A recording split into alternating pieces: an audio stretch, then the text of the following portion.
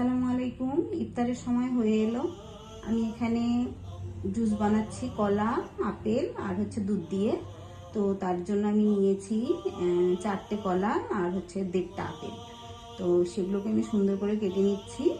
নেওয়ার পরে সেগুলোর জন্য আমি এখন সেগুলোকে একসঙ্গে মিশাবো। তার জন্য নিয়ে নিলাম চিনি, তার মধ্যে দিলাম হালকা গরম 1 কাপ পানি, তার মধ্যে ফ্রুটগুলো দিয়ে দিলাম। এখন আমি ওখানে দুধ দিয়ে দিচ্ছি।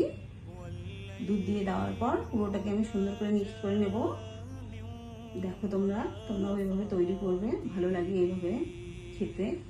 প্রত্যেকটা রোজার মধ্যেই খাই, কিন্তু অনেক কদিন হলো খাওয়া হয়নি, তাই ভাবলাম আজকে বানাই। দেখো আমার এটা হয়ে এসছে।